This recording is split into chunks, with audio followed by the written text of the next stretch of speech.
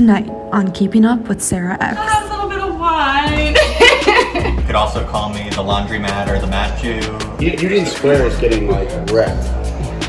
Wait, is it actually on fire? The aftermath was almost like there was just like a apocalypse that happened.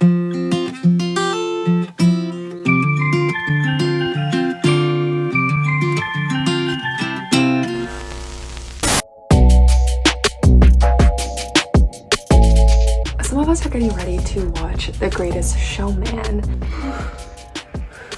Cailan, she's a sommelier, so she's always, you know, she's like a wine expert. So she had a little bit of wine to drink. Hi, I'm Cailan. I'm 30 and I'm a wine expert. I work at a wine shop in a nearby neighborhood, and I'm originally from Santa Barbara. And then you step back into the out of the spotlight. Next dancer. I've always thought tap dancing is so cool and I've wanted to learn. I danced for 15 years, and so I did a lot of jazz, tap, and ballroom. So I'm very versed in Broadway musicals, as is my entire family. As we're getting ready to watch The Greatest Showman, I decided to show everyone how to do a little intro tap dancing. No, not with your heel, just with your toe. Oh. Not with your heel, just with your toe. Interesting. There you go. That's very good. She was teaching us how to like flap or whatever with your foot. It's like, Stomp. There you go. Hop, stomp, flap, hop. All change. I have a little bit of wine. As usual. So I was starting to teach Sarah how to do a little shuffle and flapping and show her a little combination. Flap, flap, hop. Flap, flap, hop. And the faster you go, the more fun it is. And you can do this too with your arms.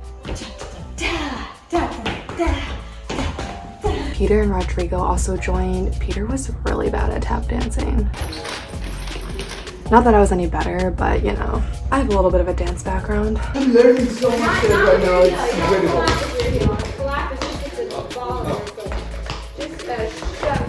I think everyone did a pretty good job. Hey, let's watch Lion King.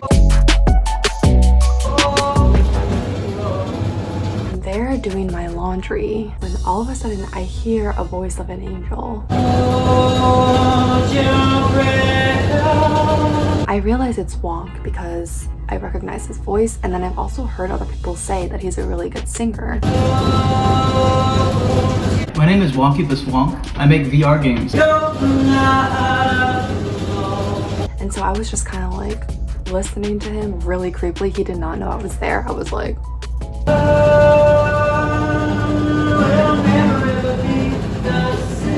In college, I had a girlfriend, and we had like kind of a really sad breakup, but like, what breakup isn't sad? But like, you know, I had a sad breakup, so I decided I was gonna learn how to play guitar and piano, and I just kind of sang in the shower a lot. the laundry machines are going off. I'm actually really scared that they're gonna stop going because then he's gonna like hear me creeping. I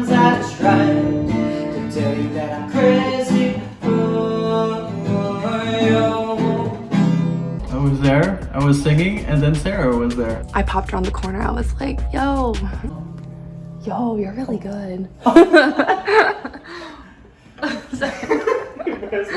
He was there rocking out with like his yellow sunglasses. It was such a vibe. Think about me, I think about you. Think about the party where I first met you. Think about me, I think about you. And then I'm sitting there eating my breakfast and I hear another voice singing. Not so much the voice of an angel this time.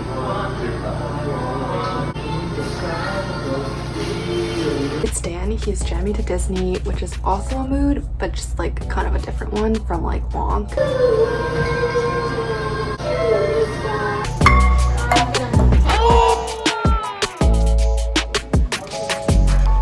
Story vision boards. Other Sarah Proctor, she organized kind of like these events for us, and one of them was vision boards. I'm ready. Get down. You want to come at the head? I haven't done stuff like this since I was a little kid. Basically, we're just cutting out magazines and placing it onto our board. Things that we want to work on, things that inspire us. Yeah, I just stole one out of my art box. If you had this in elementary school, you would have been like the coolest kid. I have ideas that are too complex at the beginning, so like everybody was finishing before me and this made me anxious. I was frustrated, you know, because with the scissors you have to cut things, you have to glue things, and I lost my patience very quickly, and maybe I should do some meditation, you know, but at the end I like it, the final result. I was feeling like really mega down on myself for a long time, like years and years and years. But I feel like recently, especially coming to Tribe, like I've started to come out of that. So I tried to create a vision board that was the simplest way to express that with the least amount of words necessary. This board is about my life, which is my my tech startup. And I think it really captures me as a unique individual in Silicon Valley, being a male with a tech startup in San Francisco. That's what I'm all about. All about.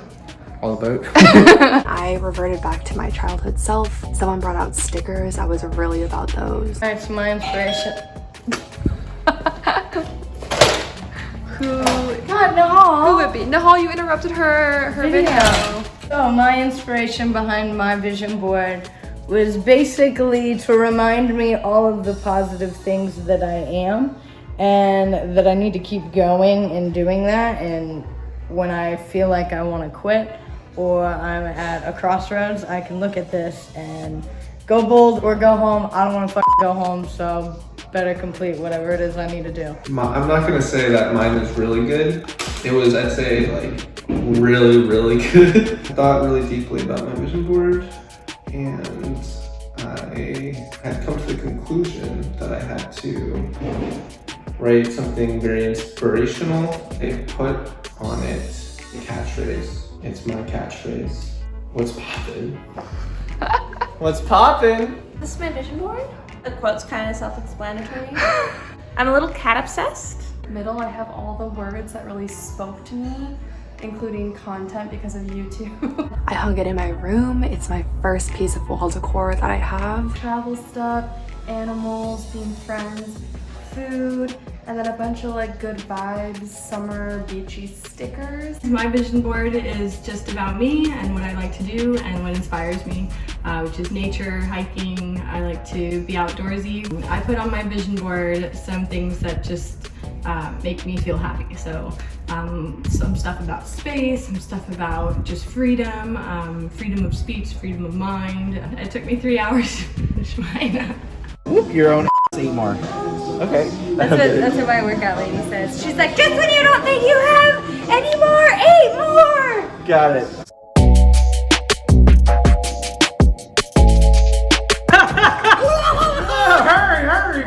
So let me tell you a little bit about Matt Goldwater. Hello, I'm Matt Goldwater. You could also call me the Laundromat or the Matt Jew, or Goldwater, of course. I'm a software engineer and voice actor. Most talented voice actor I've ever met. He is pretty much an icon. If you insert him into any show, he would be the most iconic character. He's literally just, I've never met anyone like him. He's always telling jokes, but I've never seen him crack a smile. Or he's not telling jokes, I can't tell. He has no shame. At first, I'm not gonna lie, I was like, this kid's a little loony.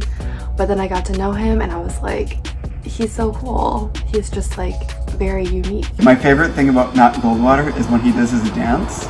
It's like, it's kind of like Elaine's dance from Seinfeld, except it's like pointing. It's like that. It's always pointing. Deadpan. He is really good deadpan. Matt Goldwater, awesome guy, but probably the most sarcastic person you will ever meet. You can never tell if he's actually being sarcastic. You just have to know him. He has like the best poker face. You feel like he's dead serious. Patrick made this game called Story Train, which is actually based off an episode of Rick and Morty. Story Train is a website I'm making. It's a collaborative storytelling effort. Hopefully it'll be linked below. I'll link it down below. This is a really fun website. It's just gonna be silly with like kind of these weird quirks left and right. And so we want funny sound effects for it. who more perfect to do this than Matt Goldwater? Okay, so so you did these voices for Wonk's video game, right? A lot of. Oh, you're the man behind. I used to think that I had a very narrow skill set of only being able to do voice acting for monsters in virtual reality games, but I saw the potential in Story Train from the moment I heard the idea. Okay, everyone be quiet while he does like 5 different ones. Okay. Good. And so when I had the chance to put my voice out there, I mean, Google doesn't pay him very much. So he really needed some help, and I was just happy to chip in and do the best I could. He by far had the funniest sound effects. He knows how to put everything into it. Truly everything. I let my monster out, but in a different way than I normally do. I tried to make the monster be an anti-hero. You're still a monster, but you sympathize with the monster. The monster can have many feelings: anger, remorse. Sometimes it could be happiness. The new Shakespearean sonnet is going to come from Story Train.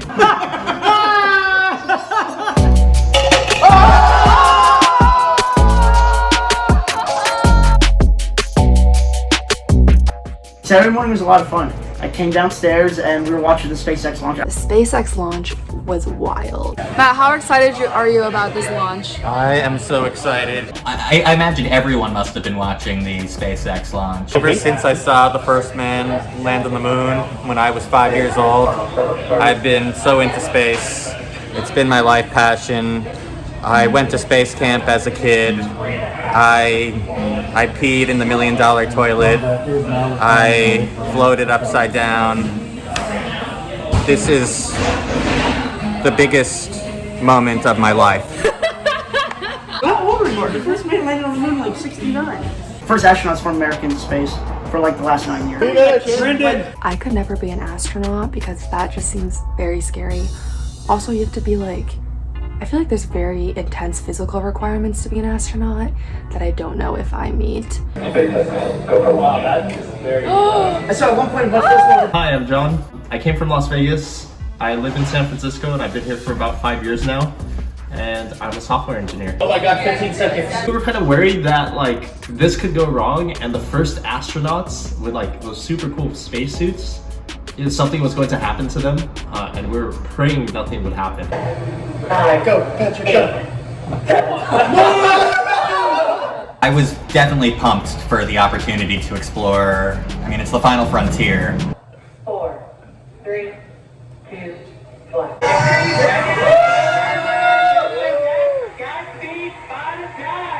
We were really excited to see the whole launch be a success.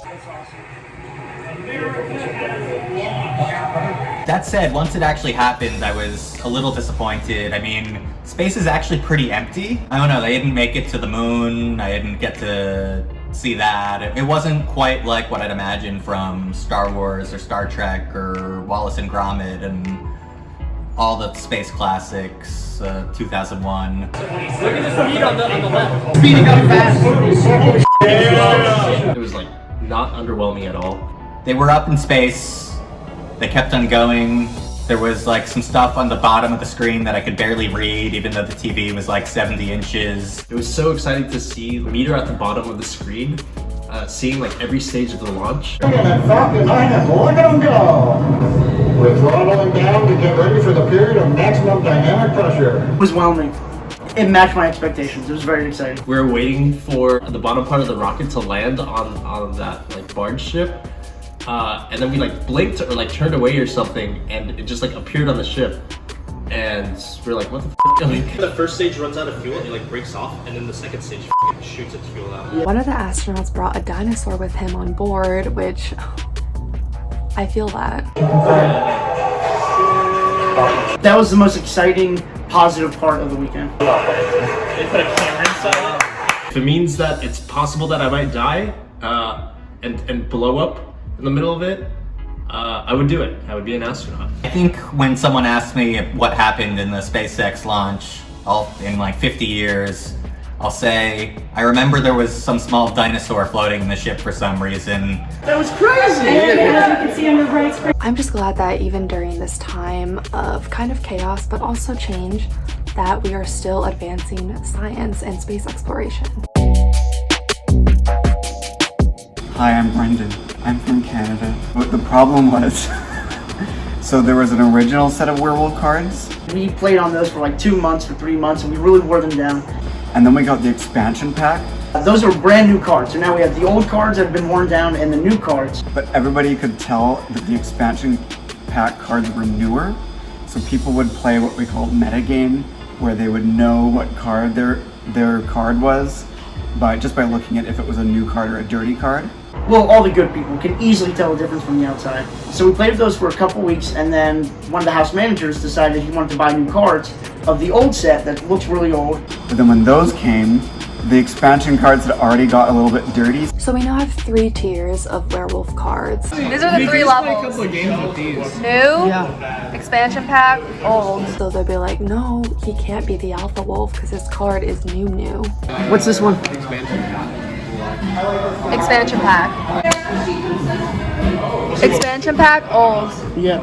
If you want, you can also bring it off. Brand new. So now we have to place like a shroud over the cards every time we play because we don't want to see the state of the card. So there's like multiple layers of metagame now. So we don't know what we're gonna do about that. This is such a first world prob. Very exciting time to play werewolf. I'm trying to get out of here. I don't want any problems. Saturday night was the first day that San Francisco had a lot of rioting and looting and protesting. So all of a sudden, I think Nehal or Kyle, they start streaming this like YouTube live stream of the riots, and it looks like something out of an apocalyptic movie. It was called San Francisco at Night. It's going down. The riots, right? They happened just like a couple of blocks from our house, and we had like some broken glass at a bike shop down the road, so it was kind of scary. Union Square is getting like wrecked. Wait, is it actually on fire? I rode my bike over to my friend's house. We were just gonna go get some dinner, socially distanced and everything. And on the way over, I saw a protest in front of a police station. I kept my distance, but I was watching it, and it was pretty surreal. I've never actually seen a protest up close. Supposedly they lit the CVS on fire that Patrick saw. You know, there was protesters just stopping cops in the street, you know, like cop cars, and they were all chanting and yelling. And then when I was like 3 blocks away from our house, I saw people looting and breaking into CVS. I saw actual looting going on, and then the police showed up and the looters ran away. It was kind of scary to actually be there and kind of be around all that, but it was also like seeing history. The mall got lit on fire. Where is this? Do you know? The riots were crazy. They're like 2 blocks down. People are like breaking into all these stores, like no cops around. We were watching, wondering if they were just gonna come to our house. And we're just gonna start seeing the stream come closer and closer. And our doors are glass. So if they came, we would have been f***ed. Just watching this guy who was doing a live stream at the riots, he's just really narrating it in this creepily chill way. I don't know why he was so relaxed about the whole thing. It gave us a good first-hand view as to what was going on down there. Oh, these are big cop cars, like level 3. Oh, This is their like intro. Just past here. I don't think the riots are necessarily a bad thing because history shows that only after things got extreme did real change come through. Dude, those are like limos. Bougie cop cars. Yeah, this is what happens when you get 3 stars on GTA. And you know, amidst all this chaos, we cannot forget that it is Jordan and Taylor's birthday. I'm Jordan. I'm one of almost everyone in San Francisco as a software engineer. Jordan whips out some cake and Ben & Jerry's from nowhere. I don't even know where he got it from, but he was like, ooh, we have some cake. Birthday, Jordan. Ice cream. Happy birthday, Jordan! Happy birthday! Woo! Where's the other birthday boy? Basically, got a bunch of cake and celebrated while watching on live TV how the world's going to shit. For some reason, Jordan wouldn't tell us how old he was. So Jordan, you're turning 26 or 24. I'm right? Can you give me that? Sure, you're right. That just like really bothered me. I was like, I want to know how old you are. There was a big mystery for the past couple months of what was my age. I thought he was 14, going on 15. I started off thinking like 26, 27. Sarah over here was pretty nosy and just wanted to really know. I didn't get why, so it became a fun game. Some people thought he was 28, going on 29. Interesting birthday with the riot 2 blocks away. So, how do you do this? They're bringing presents for you. It's a rush, you know, they didn't have time to buy stuff. So they just went to the stores. Yeah. You know how it is. The whole city's going crazy for your birthday. Literally craziest birthday of my life so far. Do we really need that huge knife for that cake? I got an oversized knife for him to chop the cake up with.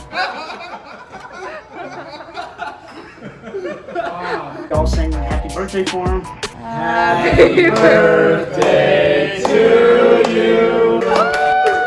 Are you 1? Are you 2? Are you 3? Jordan hasn't told us his age. I'm guessing 24. You are correct. Yes! And then it was revealed that I'm 24 now. And I ended up getting it right. He's 24. All Taylor wanted for his birthday was for Antonio and Nehal to wrestle each other. It was like cooking pasta. 2-minute match, okay? Friendly, ready, set, go. Just don't punch me for no reason. Oh,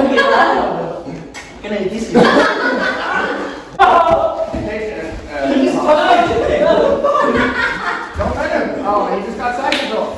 Wrestling Antonio was kind of fun. It was my first time wrestling ever. This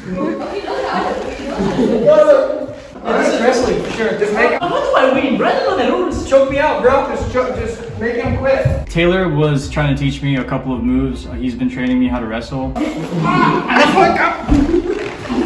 It was cool because it's quarantining. You don't have much to do inside, but yeah, I'm down to do this more often because it's like, it's safe. If you go outside, you get the corona, no? But if you fight your bro, you don't get the corona, no? It's my neighbor. Oh! It was 2 minutes, but it was very intense. I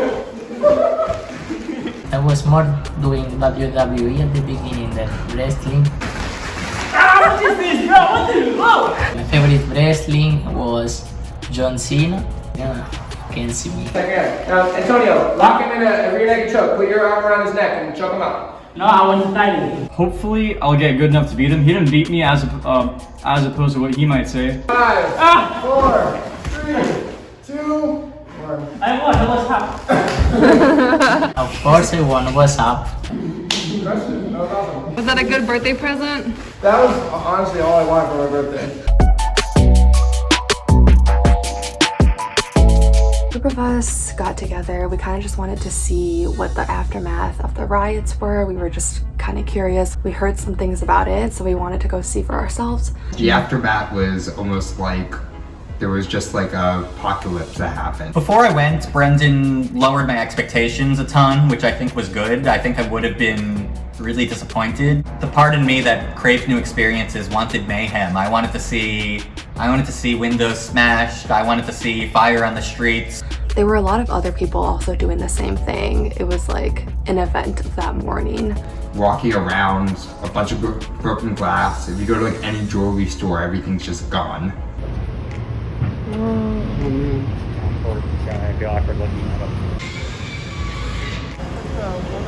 The worst one that we saw was Swarovski. Everything was busted. They'd taken everything and there was broken glass everywhere. There was like glass strewn on the floor, graffiti on the walls, like the desks were all destroyed. It was pretty wild. I've never seen anything like that in my life. There's nothing in Louis Vuitton left. Like the whole city was basically just looted. But somehow they didn't break into the Apple store, which is a big glass building. I don't understand. Maybe people just like Max? But thankfully my expectations were lowered. I was still disappointed by how much was boarded up. I feel like if I hadn't seen like a few broken windows and that guy looting CVS, it would have just been like a normal day with a bunch of stores boarded up. Whoa. This time there is a lot of chaos and a lot of change that is going to happen, I think, in the near future. Overall, I think what's happening, while there are bad parts about it, I think it's a very promising thing that people are getting out there and protesting. I know it's been really hard on a lot of people, But I think we just need to all remain positive and to really stand up for what we believe in. People really are supporting what they really believe in. There are social issues out there that still exist today, whether or not there's a pandemic. I think we're always improving, but I really do like that young people are going out and protesting and trying to make a difference. I think ultimately, hopefully, we'll come out of this whole thing stronger and more united. That is my hope for